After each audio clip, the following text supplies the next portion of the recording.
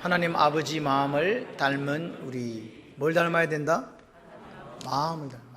아버지 마음을 알고 아버지 마음을 닮는 게 중요해요. 여러분, 오늘 우리가 지금 읽어가고 있는 이 마태복음 5장부터 사실 7장까지는 우리가 산상수훈이라고 하죠. 사실 그런데 그 모든 내용이 어디에 묶여 있냐 하면 이 천국 백성으로서의 삶에 묶여 있습니다.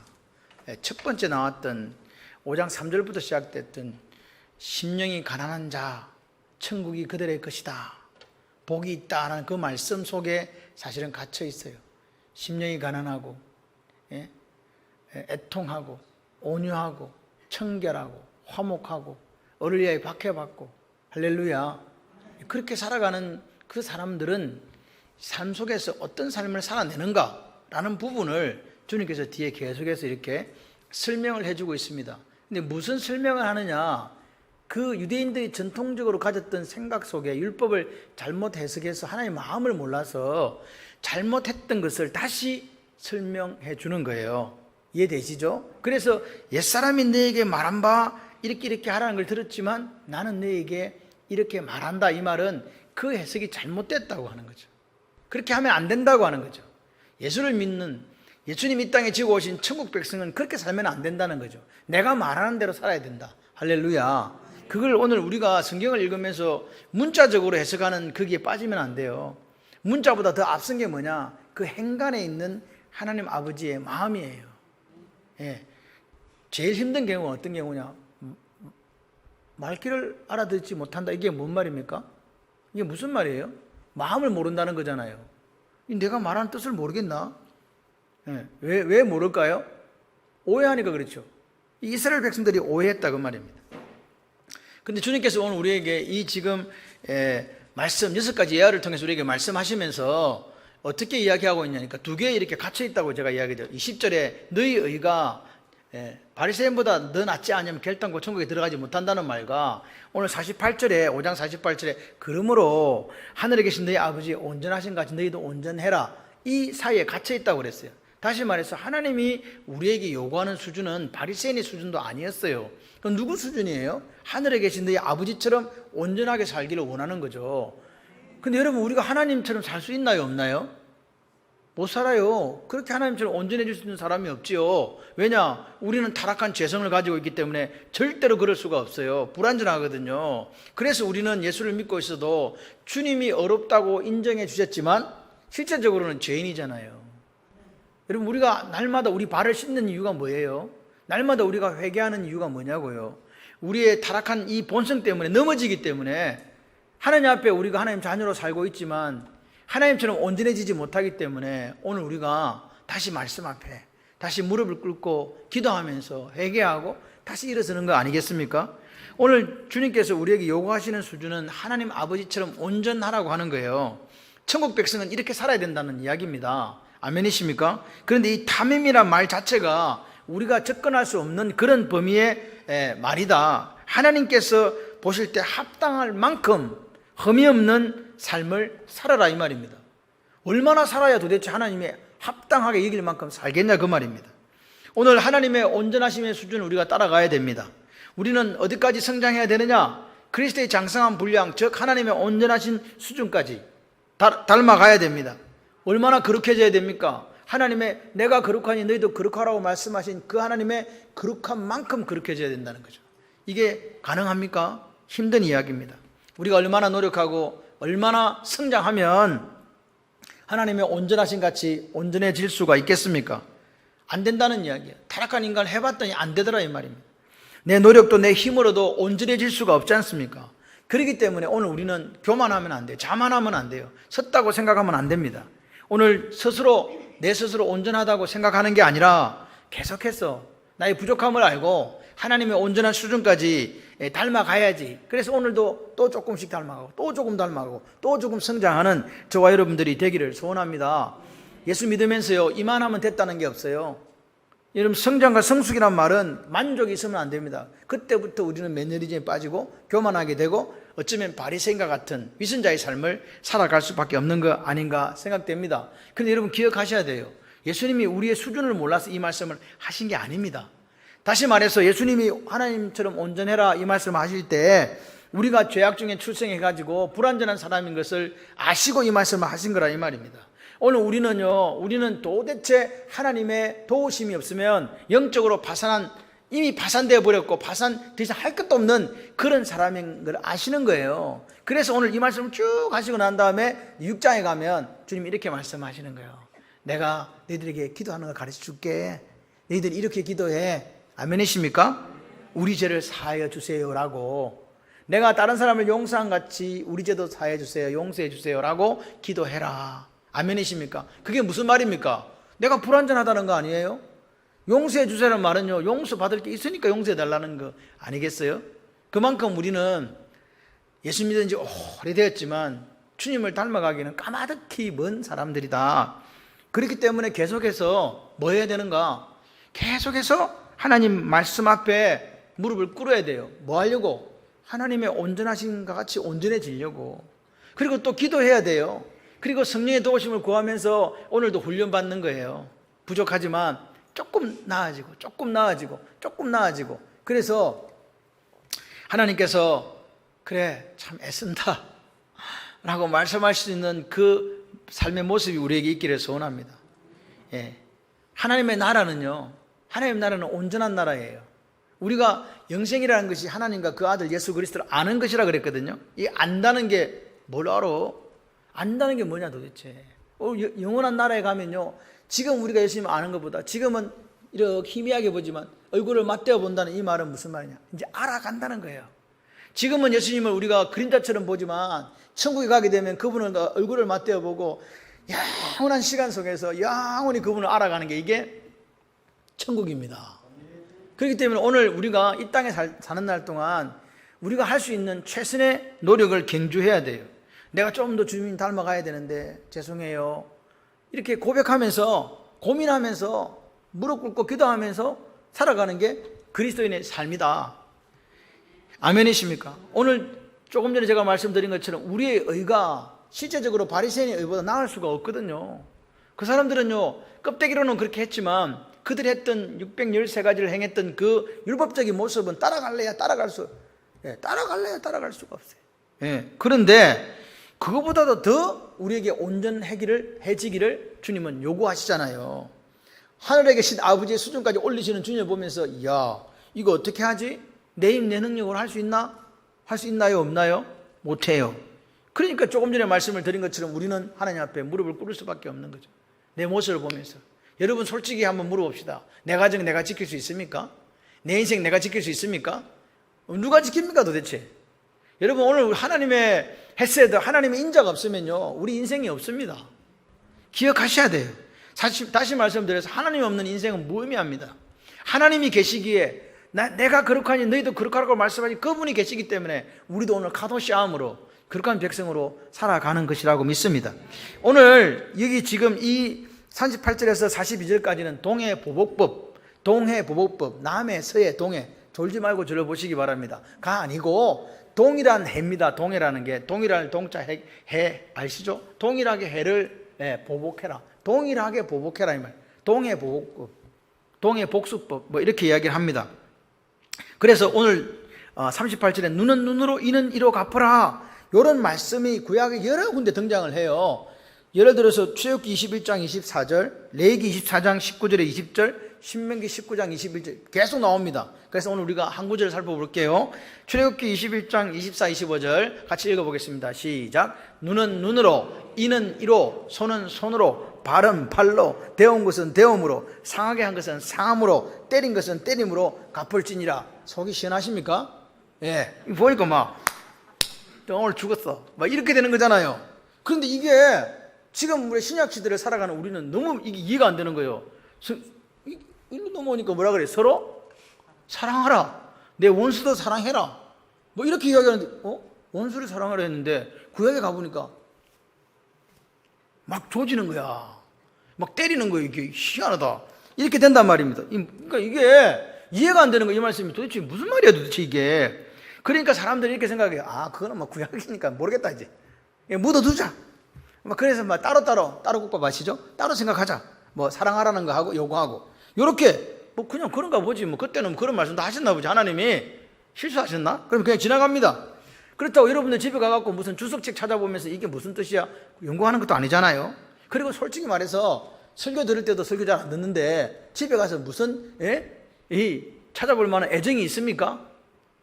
오늘 제가 일부에 심리는 제가 오리가 2.5kg 그랬더니 당장 손을 들고 마치고 나니까 목사님 오리는 2kg입니다. 방송에 지금 나가고 있는데 목사님 그렇게 말씀하시다며 깜짝 놀랐어요. 설교는 한 개도 안 듣고 그것만 들었나? 네, 정확하게는요 이 오리가 1.96kg예요 1.96kg인데 보통 그냥 2kg라고 이야기하는데 아니 그런 거 실수할 수도 있지. 제가 2.5kg라고 할 수도 있지. 그것 갖고 막 그래서 제가 이 눈을 시퍼렇게 뜨고 듣고 있거든 조심해야 되겠다 뭐 이런 생각도 좀 들었습니다. 근데 보세요. 오늘 보세요. 근데 여러분 오늘 우리가 성경을 여러 번 읽어 뭐 백독했다 이렇게 하잖아요. 그죠? 그런 분도 있거든요. 그런데 이걸 뭐 성장이 안 되는 거예요. 이해가 안 되니까 눈에는 이해는 뭐 대인대는 대인대 상한대는 상한대 뭐 손은 손으로 발은 뭐 발은 발로 뭐 갚아라. 이거 보니까 이건 복수인데 이거 분명하게 보복하라는 건데 하나님께서 딱 갚아주라.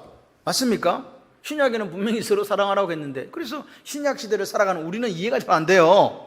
당혹스럽지. 그런데 여러분 기억하십시오. 하나님이 왜 요 법을 주셨을까 하는 거예요. 눈에는 눈, 이에는 이 법을 왜 주셨는가? 당시 시대적 정황을 우리가 잘 살펴봐야 돼요. 함무라비 법정 같은 데도 보면 이런 말씀이 비슷한 게 있습니다. 그런데 그 시대는 어떤 시대냐니까 악한 시대였어요. 힘 있는 자가 남의 아내가 있어도 그냥 남편 죽이고 뺏어오는 시대였거든요. 힘이 없으면 죽는 거예요. 그런 시대에 이 법이 있었다는 거예요. 놀랄만한 법입니다. 그런데 세상 사람들이 생각하는 그 기준을 지금 넘어서고 있다는 게 예수님의 말씀이에요. 이해되십니까? 그 당시에 이 근동, 중동 할 것 없이 힘 있는 사람은요, 약자는 살아날 수 있는 그런 시대가 아니었다는 말입니다. 그렇기 때문에 눈에 눈, 이에는 이게 얼마나 보복이 아주 약한가를 보여주는 거예요. 이빨 하나 빠지면 가서 죽이는 거예요. 다리 조금 상처 나면 가족을 몰살시키는 거예요. 그런 시대에 눈에 눈, 이에는 얼마나 좋아. 1대1이니까. 등가위 법칙이 성립되거든요. 그런 거 없었다는 말이에요. 1대 100, 1대 1000, 1대 10,000 이런 식으로 했단 말입니다. 그런데 오늘 보십시오. 왜 모세에게 주님께서 율법을 주셨을까? 하나님 주셨을까요? 오늘 우리에게는 양심의 법이 있어요. 양심의 법이 뭔지 아시죠? 찔린다. 이게 양심의 법이에요. 마음이 찔렸다. 이게 법이 지금 띵동띵동띵동 작동을 한 거란 말입니다. 그런데 이게 사람들이 죄를 짓고 나니까 이 양심의 법이 작동을 안 해요. 화이 맞아가지고. 그래가지고 방금처럼 그렇게 하면 안 돼. 뭐 조그만 일만 생기면 더 크게 악대해가지고 가서 보복을 하더라 이 말입니다. 자기 하고 싶은 대로 사사기에 나오는 것처럼 자기 소견에 오른 대로 생각에 오른 대로 그냥 하는 거예요. 양심의 법이 울리고 있어도 상관없더라 이 말입니다. 그래서 하나님이 너희들이 내 백성 맞아? 카도시암 거룩한 백성 맞아? 그러면 이 정도 선에서 거쳐라. 세상 사람들은 그렇게 안 한다 할지라도 너희는 이 정도 선에서 거쳐라고 하는 최소한의 금지 규정이 바로 이 동해 보복법이다. 다시 말해서 과도하게 하는 복수를 피하기 위한 하나님의 보호 조치가 눈에는 눈, 이에는 이 말입니다. 왜냐? 감정대로 처리하면 조그마한 일로 사람을 죽일 수가 있거든요. 그래서 이거 하지 못하게 한 거죠. 여러분 생각을 해봐요. 뺨을 한 대 맞았어요. 뺨 한 대 맞았어. 뺨 한 대는 그냥 뺨 한 대예요. 그런데 그때의 정황에 따라서 그게 뺨 한 대 이상의 큰 의미를 가질 수도 있습니다. 일반적으로 볼 때는 니도 한 대 나도 한 대잖아요. 근데 이게 뺨 한 대가 아닙니다. 그래서 이 뺨 한 대 맞고 살인을 저지를 수도 있는 상황이 올 수도 있다. 그래서 하나님은 이런 과도한 복수를 피하게 하기 위해서 뭐라고? 눈에는 눈, 이에는 이로 갚으라 라고 말씀하신 거다 이 말입니다. 이 법의 목적이 뭐라고요? 보복에 있는 것이 아니고 복수를 하게 되면 그 당시에는 또 복수를 하면 어떻게 하냐? 저놈이 우리 아버지를 죽였어. 그럼 나도 힘이 생기면 어떻게 한다? 나도 분명히 가서 내가 갚아준다. 그래가지고 이 원한이 대물림 되는 거예요. 계속 복수하는 거예요. 죽이고 또 죽이고 죽이고 또 죽이고. 그래서 하나님께서 이런 악순환을 끊기 위한 하나님의 배려가 바로 이 동해 보복법입니다. 이해되시면 아멘. 그러니까 근데 또 한 가지 중요한 게 이 법은 개인에게 준 게 아니에요. 강지원 집사 이빨 한 개 뽑혔으니까 가서 또 뽑으라는 이야기가 아니에요. 그럼 이게 무슨 말이냐? 이거는요, 보세요. 아까도 말했어요. 뺨을 한 대 때렸는데 상대방이 그래 나도 그럼 너한테 뺨을 한 대 때려줄게. 그래 뺨을 때렸습니다. 그런데 내가 때린 것보다 강 집사가 10배나 세게 때렸어. 그런 경우 생기잖아요. 이게 사람이 다 달라요. 감정이 실리면요 10배가 아니라 100배일 수도 있거든요. 그러니까 이게 1대1이 안 되는 거예요. 이런 법은 개인적으로 풀으라 그러면 무의미하게 된다 이 말입니다. 이해되시죠? 그래서 어디로 가느냐? 같이 해봐요. 재판정으로. 재판정에서만 이거 하라는 거예요. 그래서 출애굽기 21장 22절 이렇게 말씀하시는 거예요. 시작. 사람이 서로 싸우다가 임신한 여인을 쳐서 낙태케 하였으나 다른 해가 없으면 그 남편의 청구대로 반드시 벌금을 내되 누구? 재판장의 판결을 따라낼 것이니라. 지금 둘이 다투다가 옆에서 아내가 말렸단 말이에요. 그런데 공교롭게도 그 아내가 아기를 가지고 있었네. 그냥 아기가 그냥 낙태가 된 거예요. 그런데 둘이가 했는데 옆에서 이거 의도가 없었잖아. 어떻게 할 거야? 내 애를 떨어뜨렸으니까 네 집에 애도 떨어뜨리자. 이게 아니라 이 말입니다. 재판장에 갔더니 재판관이 이거는 무슨 고의나 의도가 없었는데 벌금을 내라. 벌금을 냈다 이 말이죠. 그러니까 여러분 이게 무슨 말입니까? 1대1로 갚으라는 이야기입니까? 그렇게 하지 말라는 이야기입니까? 잘 생각을 해보세요. 그 말씀의 행간을 읽어야 돼요. 하나님이 갚으라는 이야기입니까? 갚지 말라는 이야기입니까? 개인적으로 하지 말라는 이야기는 하지 말라는 이야기지. 이해되십니까 이거? 근데 바리새인들이 이것을 갖다가 하나님은 그렇게 부정적으로 그 최소한에서 소극적인 의미로 주신 것을 갖다가 어떻게 했냐? 적극적으로 조장해서 이렇게 하라는 거예요. 이렇게 악용하고 가르쳤다 이 말입니다. 누가? 눈에는 눈, 이에는 이로 갚아라. 이렇게 했다는 거죠. 그래서 이 보호법을 정당한 것으로 만들어버린 사람들이 바로 그 바리새인들이었다. 그러니까 이런 세상 보세요. 내가 어쩌다가 뺨을 한 대 맞을 수도 있잖아요. 없어요? 있어요. 그런데 이거 갖고 정당하게 만들어가 보복을 하라 하니까 사람들이 어떻게 되겠어요? 이해 타산만 안고 위선적이 되고 그리고 가정스러운 그런 관계로만 남을 수밖에 없더라. 그러면 그런 것을 보시면 주님이 너희들의 생각이 틀렸어. 옛사람은 이렇게 얘기했지만 나는 그렇게 이야기하지 않아 라고 지금 이야기하고 계신 거죠. 하나님이 의도하신 거하고 너희들이 가르치는 것과 너희들이 살아가는 것과는 지금 다르다. 거리가 멀다. 너희들이 그런 해석을 하고 살고 있다. 그래서 옛말에 뭐뭐 하라고 너희들이 들었으나 눈에 눈 이에는 이 갚으라고 들었지만 나는 오늘 너희에게 말한다. 이렇게 주님께서 다시 재해석을 해주는 거죠. 그런데 여러분 여기서 심각한 문제가 하나 발생을 해요. 39절에 보니까 너희에게 말한다 하시면서 악한 자를 대적하지 마라 그랬어요. 강도가 우리 집에 들어오면 대적해야 돼요, 안 돼요? 안 해요? 우리 집에 와서 지금 불 지르고 있는데 가만히 내 악한 자는 대적하지 말라 했으니까 대적하면 안 돼. 이 말이겠습니까? 이게 그냥 지나가면 아무 문제가 없는 말인데 세상을 생각을 해봐요. 악한 사람들이요 득세하고 악한 사람들이 세상을 완전 엉망진창 만들어요. 그럴 때 우리 마음속에 어떤 의문이 듭니까? 저거 그냥 놔둬야 되나? 어떻게 해야 되나? 하는 생각 들지요. 이거 기본적인 거 아닙니까? 악한 자가 세상을 지배하면 안 된다는 거죠. 그렇죠? 여기 사사기에 여러분 보시면 그 레이 지파 이 보면 그 레인의 첫 행음 사건이 나옵니다. 지금 그게 어떤 사건이냐니까 아주 간단한 사건이에요. 이 레이는요 제가 볼 때 윤리적으로 심각한 문제가 있는 사람이었는데 그 아내가 이제 처갓집에 가 있을 때 처갓집에 갔는데 아내를 데리러 갔습니다. 갔는데 이 사람이 주일날 되기 전에 와야 되거든. 근데 놀다가 자꾸 장인이 말려니까 못 갔어. 근데 가만히 생각하니까 이거 아차 가야 되겠다. 그래가지고 이제 가야 되는데 언제 길을 떠났냐? 오밤중에 떠난 거예요. 오밤중에 가면 돼요 안 돼요? 지금 아내 하나 데리고 혼자 둘이서 그 길을 간다는 거는 죽으러 가는 길이나 비슷하거든요. 심각한 지금 문제가 생겼습니다. 위험하잖아요. 그런 상황입니다. 근데 굳이 밤에 떠나겠다고 고집고집 부려가지고 이 레위인이 아내를 데리고 떠나네. 그래가지고 이제 도착을 해보니까 여부수 땅이에요. 여부수 족속이 사는 이방인의 땅이었어요. 그래서 이건 아니지. 그래서 우리 족속이 따는 상을 조금 더 가자. 그래가지고 기브아 땅으로 갔다 그래요. 기브아 땅에 누가 살았냐? 베냐민 지파가 살았던 거예요. 근데 베냐민 지파 중에서 이 나쁜 무리들이 이 아내를 어떻게 했습니까? 행음하는 사건이 생기고 결국 그것 때문에 지금 가정이 지금 난리가 났잖아요. 그럴 때 이러면 어떻게 합니까? 지금 나쁜 놈들이 폭행하고 있는데 그래 성경에서 악한 자를 대적하지 말라고 했으니까 모른 척 지나가자 이렇게 해야 됩니까? 어떻게 해야 됩니까?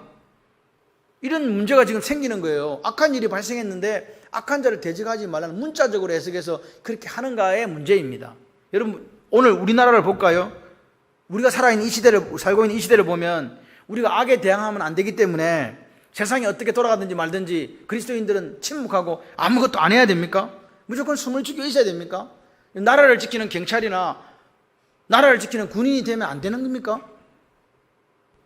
어떻습니까? 이렇게 야 군대도 가지 마, 경찰도 되면 안 돼, 세상이 어떻게 돌아가는지 우리는 그냥 있어야지 라는 것 자체가 얼마나 어리석은 일인가 그 말입니다. 보십시오. 42절 한번 보십시오. 내게 구하는 자, 주님이 뭐라 그랬습니까? 내게 구하는 자에게 주며 내게 꾸고자 하는 자에게 거절하지 말라. 구하는 자, 누가 와서 돈을 좀 빌려달라고 하는 거예요. 그죠? 근데 돈을 빌려주면 이 사람이 예를 들어서 좋은 일에 쓰는 게 아니라 저 사람은 도박하러 갈 것 같아, 노름하러 갈 것 같아.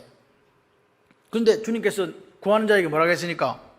주라고 했으니까 줍니까? 이러면 안 줍니까? 에? 줘요? 이 사람이 이 돈을 주면 마약을 사가지고 마약을 할 거야. 분명히 알아. 돈을 줘요, 안 줘요? 주는 사람이 제정신이 아닌 거지. 그 말입니다. 악한 자를 대적하지 말라 했으니까, 이거 그냥 주라고 했으니까 준다. 악한 자 대적하지 말라, 대적하지 않는다. 이런 무조건적인 원리가 여기서는 아니다. 다르게 해석돼야 된다. 모든 경우에서 악한 자를 대적하지 말라는 게 이게 원리로 적용될 수 없다는 이야기를 지금 하는 거예요. 왜냐하면 이 말씀을 하신 후에 뒤에 이제 4가지 답변을 주님이 예를 들어서 해주고 계시거든요. 악한 자를 대적하지 마라 하면서 4가지. 그래서 이 지금 뒤에 오늘 우리가 듣게 되는 4가지 예화가 동해보복법하고 긴밀하게 관계가 있는 거구나. 그래서 4가지입니다. 예수님 답변을 보십시오. 너희들이 눈에는 눈, 이에는 이로 갚으라 하는 말을 들었지. 내가 말한다? 악한 자를 대접하지 말라 하면서 뒤에 이제 말씀을 해요. 그게 뭐냐? 39절에 이유 없이 오른뺨을 맞은 경우입니다. 이유 있다, 이유 없다? 없다. 오른뺨을 맞았다. 여러분, 제가 서 있습니다. 여러분이 오른손으로 제 뺨을 때리면 어느 쪽입니까? 이거 오른쪽, 왼쪽이 구분이 안 가십니까? 제가 서 있는 데리고 와서 제 뺨을 때렸습니다. 오른손 주제비가 때려서 어느 쪽에 맞습니까? 예? 왼쪽! 그렇지. 근데 이게 오른뺨을 맞았다네? 어떻게 된 경우입니까? 와서 때렸는데 오른뺨을 맞았네. 왼손잡이 아닙니다. 손등으로 때렸다는 이야기입니다. 여러분, 뺨을 맞는 것에서 기분이 상당히 지금 왔다 갔다 합니다. 보세요. 손바닥으로 때린 것보다 손등으로 때린 게 훨씬 더 모욕적이죠. 느끼기 그렇습니다. 이 뺨을 맞았다는 자체가 뭐냐? 인격적 모독을 당했다는 거거든요. 인간적으로, 그죠? 모멸감을 느낀다는. 이거는 뺨이 아프다는 게 아닙니다. 지금 뺨때기 하나 맞아가지고 볼이 아프다, 이게 아니라 내가 인격적으로 저 사람한테 심한 모멸감을 지금 당한 경우가 됐다, 이 말입니다. 그러면 여러분은 어떻게 하십니까? 할렐루야, 감사합니다 이랍니까? 니 이리 와봐라, 니 한번 죽어볼래 오늘? 그렇게 합니까? 여러분들은 할렐루야 그러시면 저는 니 죽어볼래 이리 와봐라 이렇게 하거든요.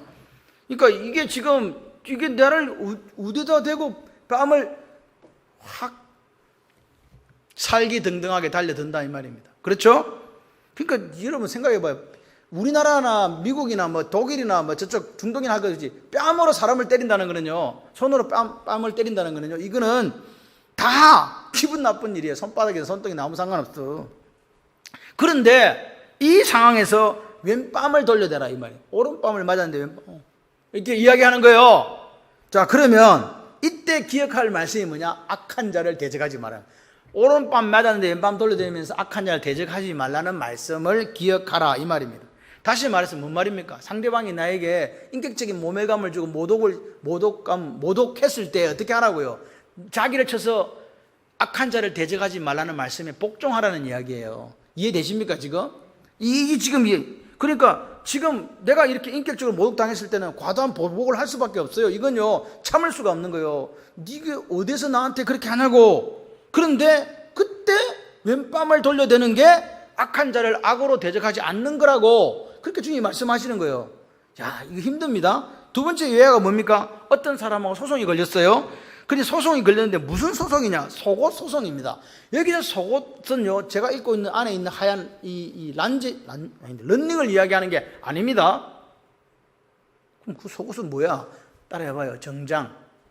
그러면 이스라엘 사람 겉옷은 뭘까요? 우리가 말하는 바바리 코트 같은 거 있잖아요. 코트. 그걸 겉옷이라고 그래요. 속옷은 우리나라 사람들 입는 속옷이 아니고, 제가 입은 양복이, 이게 양복이란 말이에요. 예? 설명했는데 지금 조는 분은 또 못 들어갔고, 이거 런닝을 빼앗아 갔단 말이야. 또 집에 가서 그런다. 그러지 마시기를 바랍니다. 그러니까 얼마나 악한 사람을 만난 거예요. 다 뺏겼는데 저 집에 있는 거 다 뺏어가고 이제 남은 게 뭔데? 이 겉옷하고 속옷밖에 없는데 이제 그것도 뺏었겠다고 고발해가지고 법정에 지금 싸우고 있는 거란 말입니다. 그러니까요, 지금 이 사람 기분이 어떻겠어요? 지금 사람이가 저게 내 집에 있는 가san 거 다 뺏어갔으면 됐지. 내 이건 마지막 남은 옷인데 이 옷도 지금 뺏어가려고 지금 고발을 해갖고 내가 이 재판정에 써야 되겠나? 도끼가 오른다 내린다. 너 죽고 내 죽자 된다 안 된다. 그러니까 이런 상황이 되면요, 목숨 걸고 싸울 수밖에 없는 상황이 되는데, 그때 기억하는 말씀이 뭐라고요? 악한 자를 대적하지 마라. 악한 자 대적하지 말라고. 그러면서 하시는 말씀이 속옷을 달라 묻어주라? 그도까지 내주라 이 말입니다. 무슨 말입니까? 무슨 말일까요 이거? 여유를 가지라는 거예요. 그때 악한 자를 대적하지 말라는 말씀을 기억하면 여유 가지라 이 말입니다. 마음 빼앗기지 마라 그 말입니다. 마음 평정 잃지 마라 그 말입니다. 이게 눈은 눈으로 이는 이로 갚으라는 말씀 속에 담겨있는 하나님의 마음이에요. 그럼 이상하다, 예수 믿는 사람 이러다가 살기나 하겠나? 세 번째 한번 봅시다. 억지로 오리를 가게 하는 게, 이제 오리가 이 오리 아닙니다. 오리입니다. 몇 킬로? 2kg. 억지로 2kg 간다. 요 이야기는요, 신약 시대에 비지배 민족으로 살았던 이스라엘 사람들은 다 아는 이야기예요. 뭐냐? 길 안내자나 운반자로서 민간인들이 같이 가기를 강요하는 로마 수비대, 로마 군인들의 이 권리에 관한 거예요. 야, 우리 가자. 이 짐지라. 멀쩡한 사람 가고 있는데 잡아다가 시키는 거예요. 이겁니다. 거기에 잡힌 사람이 하나 있습니다. 성경에 한 사람 있죠. 누구죠? 그렇습니다. 마태복음 27장에 나오는 구레네 시몬입니다. 가만히 구경하고 있는데 니 좀 이리 와봐라. 몸 튼튼하게 생겼는데 십자가 지라. 이게 방금 오리를 가게 하는 규정이에요. 이 억지로 간다는 말이 자체가 앙가류어거든요. 징발한다. 그래서 군인이 징발합니다. 이거 제가 군대에 차출합니다. 그런 뜻이에요. 사람을 갖다 차출해갖고 가자. 그래가지고 이 어른 걸음, 성인 걸음으로 천보를 가게 하는, 이게 바로 요 당시에 오리 규정입니다. 운반하게 했거든요. 그래서 이 억지로 오리를 가게 한다는 말은 무슨 말이에요? 부당하게 내가 그 일에 정당하게 오리를 가는 일이 아니고 억지로 그냥 잡혀가지고 부당하게 징발되었습니다. 로마 군인이요, 뭐 뻑하면 야 선생 이리 와, 이거 해, 그래 가자, 이렇게 하는 거예요. 나 지금 뭐 하고 있는데. 악감정 생겨요 안 생겨요? 정당하게 요구하는 것도 열받는데 부당한 걸 시키는 경우가 생긴단 말입니다. 그래서 이 사람 마음속에 생긴 거예요. 내가 힘만 있어봐라, 넌 죽었어. 넌 나한테 내가 권력만 잡으면 너는 완전 내 한번 갚아준다. 그럴 때 기억해야 되는 말씀이 뭐라고요? 악한 자를 대적하지 마라. 참 황당합니다. 열받습니다. 이거 그때 막 대적하라고 해야 되는데 주님이 다시 말해서 뭡니까? 그렇게 억지로 너를 징발하는 그 사람에 대해서 불타는 복수심, 원한, 정오 품어라 품지 마라. 대답을 안 하시고 어디를 쳐다보세요 지금? 여러분 하늘을 보십니까? 땅을 보십니까? 악한 감정 품지 마라. 할렐루야. 그럴 바에 용서하고 심리를 4km를 좋은 마음으로 가는 게 이 눈에는 눈, 이에는 이에 대한 하나님의 법정신이다. 이해되시면 아멘. 주님이 원하는 삶이 이런 삶이라는 거예요. 이건 다 손해보는 삶이거든요. 같이 해봐요. 손해보면 누가 갚아주지? 이거 할 줄 아네? 내가 또 누가 갚아주지? 이렇게 물어볼 줄 알았는데, 손해보면 누가 갚아주신다고요? 하나님이 갚아주세요. 자, 밑에 보십시오. 마지막 예화가 뭐냐? 네게 구하는 자에게 42절에 주며 내게 꾸고자 하는 자에게 거절하지 마라. 이 무슨 말입니까? 꾸는 자나 돈 구워주세요. 그러나 구하는 자나 똑같은 말이거든요. 그러니까 그런 사람들이 이 땅에 많다. 그럴 때 나에게 뭔가 필요한 게 있어가지고 와가지고 좀 주세요. 이렇게 할 때 인색함으로나 상한 마음으로 그렇게 하지 말고 같이 해봐요. 기쁜 마음으로 해라. 할렐루야. 우리 일상을 살아가다 보면 이런 일이 많습니까? 적습니까? 그런데 그럴 때 어떻게 하냐? 그 가난한 이웃에 대해서 열린 마음으로 나누고 베푸는 그런 멋진 삶이 되라. 주님이 그렇게 말씀하시는 거죠. 더 중요한 게 뭐예요? 좋은 마음으로 그걸 꾸러오거나 구하는 자에게 주라 그 말입니다. 왜냐하면요, 내가 기분 나빠가 주면 상대방이 알아요 몰라요? 내 상한 마음을 주면 상대방도 알아요. 어떻게 아는지 참 기가 막히게 합니다. 그렇게 하지 말라는 거예요. 여러분, 하나님께서 우리에게 복 주신 이유가 뭔지 아십니까? 그 이유는 뭐냐? 예수님도 삶을 통해서 우리에게 보여주셨어요. 나누고 베풀고 섬기는 삶이 되라고.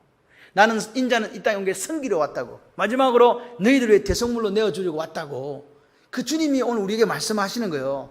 내가 너에게 복을 주는데 뭐하고 살아라고. 기쁜 마음으로 나누고 베풀며 살아라. 할렐루야. 그 넉넉함이 있으시기를 바랍니다. 여러분, 오늘 이 본문 4가지의 마음을 지금 하나님 마음을 알아보자 그랬는데, 하나님 마음을 닮은 우리가 되자 그랬는데 이해가 되십니까? 여러분, 오늘 하나님은 우리에게 잠언 4장 23절에 뭐라고 이야기하십니까? 모든 지킬 만한 것 중에 또 뭘 지키라? 네 마음을 지키라. 생명의 근원이 이에서 남이니라. 할렐루야. 마음이 하나님과 통해야 돼요. 하나님 마음이 내 마음이 돼야 우리의 삶의 수준이 조금씩 온전한 수준이 되어가는 거예요. 아멘이시죠? 그렇습니다. 오늘 마음에 대해서 이야기합니다. 우리 속에 있는 복수심 증오 없을 수 없습니다. 그럴 때 어떻게 하란 말입니까? 그런 감정이 일어날 때 주님이 말씀하셨어요. 악한 자를 대적하지 말라. 이 한 말씀을 기억하면서 오른밤을 때릴 때 왼밤도 돌려댈 수 있고, 오리를 가자 할 때 심리를 동행할 수 있고, 속옷을 달라 할 때 겉옷을 줄 수 있는 그 삶을 살아내는 것이 조금이라도 하나님의 온전하심에 닮아가는 삶이다. 눈에 눈, 이에는 이라고 해서 그것을 보복하라고 준 게 아니다. 그 말씀을 지금 하시는 거예요. 어렵습니까? 쉽습니까? 어렵습니다. 그런데 이걸 따라가면요, 하나님께서 우리에게 뭘 주신지 아세요? 같이 해봐요. 기쁨을 주신다. 오늘 본문은요, 눈에 눈, 이엔 이로 갚으라는 본문이 아닙니다. 무슨 본문이냐? 용서하고 사랑하라는 거예요. 하나님은 사랑이심이라. 할렐루야. 우리가 그렇게 살아가라는 거예요. 그렇게 살아가라는 거예요. 동해 보복법의 의미는 뭔지 아십니까? 예, 용서와 사랑입니다. 그거 가지고 네가 가서 원수 갚으라는 이야기가 아닙니다. 그런데 이 유대인들은, 특히 바리새인들은 그것을 법으로만 보려고 했다는 거예요. 눈에는 눈을 갚아라, 이엔 이로 갚아라, 손은 손으로, 발은 발로, 대인대는 대인대로, 상한 대는 상한대로 갚아라. 그거로 봤다는 거죠. 법 이전에 뭘 봐야 되는데 하나님 마음을 봐야 된다, 이 말입니다. 오늘 주님의 말씀하신 이 4가지 예와 동해보복부에 관련된 이 4가지 예화는 전부 다 용서와 화해와 사랑의 이야기입니다. 아멘이십니까? 예수님 이 땅에 우리를 사랑하셔서 오셨잖아요. 세상을 이처럼 사랑하신 그 하나님의 사랑이 오늘 저와 여러분에게 있습니다. 주님이 우리를 사랑하셔서 십자가를 지셨다면 우리가 아콜루데오, 주님을 따라가는 사람들이니까 우리도 마땅히 그 십자가를 져야 되는 거 아니겠습니까? 오늘 주님은 베풀고 섬기는 삶을 살아달라고 말씀하십니다. 너희들이 동해보복법의 의미를 잘못 이해해서 성경을 정당한 보복의 책으로 만들지 마라. 나는 그런 말을 한 적이 없다. 그런 잘못 범하지 마라. 이렇게 우리에게 이야기합니다. 이렇게 이야기하니까 그러면 우리가 손해보고 우리가 이거 당한 건 다 누가 갚아주지? 로마서 12장 9절에 이렇게 이야기합니다. 19절에 내 사랑하는 자들아, 너희가 친히 원수 갚지 말고 하나님의 진노하심에 맡기라. 기록되었을 때 오직 원수 갚는 것이 내게 있으니 내가 갚으리라고 주께서 말씀하시니라. 아멘.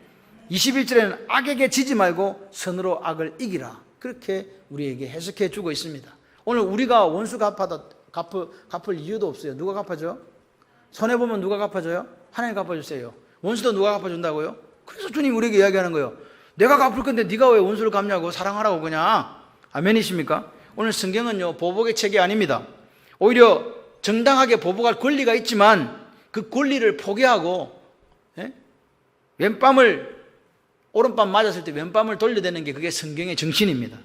오리를 가자고 하면 심리를 가는 거, 속옷을 달라 하면 겉옷을 주는 거, 남들이 내게 와서 구하고 꾸는 것을 거절하지 않고 기쁜 마음으로 줄 수 있는 것, 이것이 오늘 성경 속에서 우리에게 말씀하신 동해 보복법입니다. 이게 보복법입니까? 사랑법입니까? 사랑법입니다. 동해 보복법이 아니라 하나님은 우리에게 사랑을 말씀하시는 거예요. 그러니까 이걸 가만히 제가 보면서, 야, 우리가 내같이 이렇게 못난 내가 이 땅에 살아가면서 이게 가능하냐? 가능하십니까? 가능하지 않습니다. 그렇기 때문에 우리는 뭐 할 수밖에 없을까요? 내 자신의 이 못난 모습을 보면서 섰다고 생각하지 않고 하나님 말씀 앞에 와서 무릎을 꿇고 아버지 앞에 기도하는 거예요. 여러분, 어떤 이런 억울한 일을 당할 때 여러분 솔직히 말해서 밤에 잠 한숨 못 자고 그 밤을 보내는 경우 없습니까? 그럴 때 우리는 어떻게 해야 되냐? 악에게 지지 말고 선으로 악을 이기라. 악한 자를 대적하지 말라는 주님의 음성을 기억하시고 무릎을 꿇을 수 있는, 기도할 수 있는 저와 여러분이 되기를 소원합니다. 근데 여러분 기억하셔야 돼요. 주님 말씀이 여기서 끝난 게 아닙니다. 오래가지 할 때 심리 가고 오른밤 되면 왼밤 돌려대고 속옷 달라 겉옷 달라는 게 주는 그런 게 아니라 하나님의 온전하신 수준까지 온전해져라. 할렐루야. 퍼펙트해지라는 거예요. 하나님의 퍼펙트 하신 같이, 컴플리트한 것 같이 우리도 컴플리트 하라는 거예요. 아멘이십니까? 이게 지금 이게 우리를 어떻게 하란 말입니까? 그래서 같이 해봐요. 하나님 도와주세요. 할렐루야. 하나님이 도와주시지 않으면 안 되는 거예요. 그래서 6장에 이렇게 기도하라가 나오는 거예요. 이게 5, 6, 7이 그냥 따로따로 되어 있는 게 아닙니다. 연결되어 있어요. 주님이 한 자리에서 지금 말씀하시는 거거든요. 여러분, 오늘 우리가 하늘에 계신 하나님 아버지의 온전하심을 닮아가기를 소원합니다. 비록 부족하지만 말씀 앞에서 오늘 악을 악으로 대적하지 말라는 그 하나님 말씀이 오늘 저와 여러분의 있기를 소원해요. 어떤 일이 생겼을 때, 그래, 이거 누가? 하나님이 갚으신다, 하나님이 해결하신다, 그렇게 믿고 내가 손해보고 내가 마음 아프고 내가 마음 상해도 할렐루야, 말씀을 따라 이길 수 있는 저와 여러분이 되기를 소원합니다. 하나님의 온전하신, 하늘에 계신 우리 아버지의 온전하신 같이 온전하게 되기를 노력하고, 안 되니까 뭐하고? 기도하고, 안 되니까 누구 도우심 구하고, 성령의 도우심을 구해서 오늘 이 하루가 하나님 원하시는 그 조금이라도 온전한 삶을 살아내시는 거예요. 그래서 이 하루가 모이고 또 하루가 모이고 하루가 모여서 우리 인생이 됩니다. 그럴 때 우리가 하나님 앞에 섰을 때 주님이 말씀하시는 거예요. 잘했다, 착한 종아. 할렐루야. 그 착하고 충성된 종이라고 칭찬 듣는 저와 여러분의 삶이 되시기를 주님의 이름으로 축원합니다.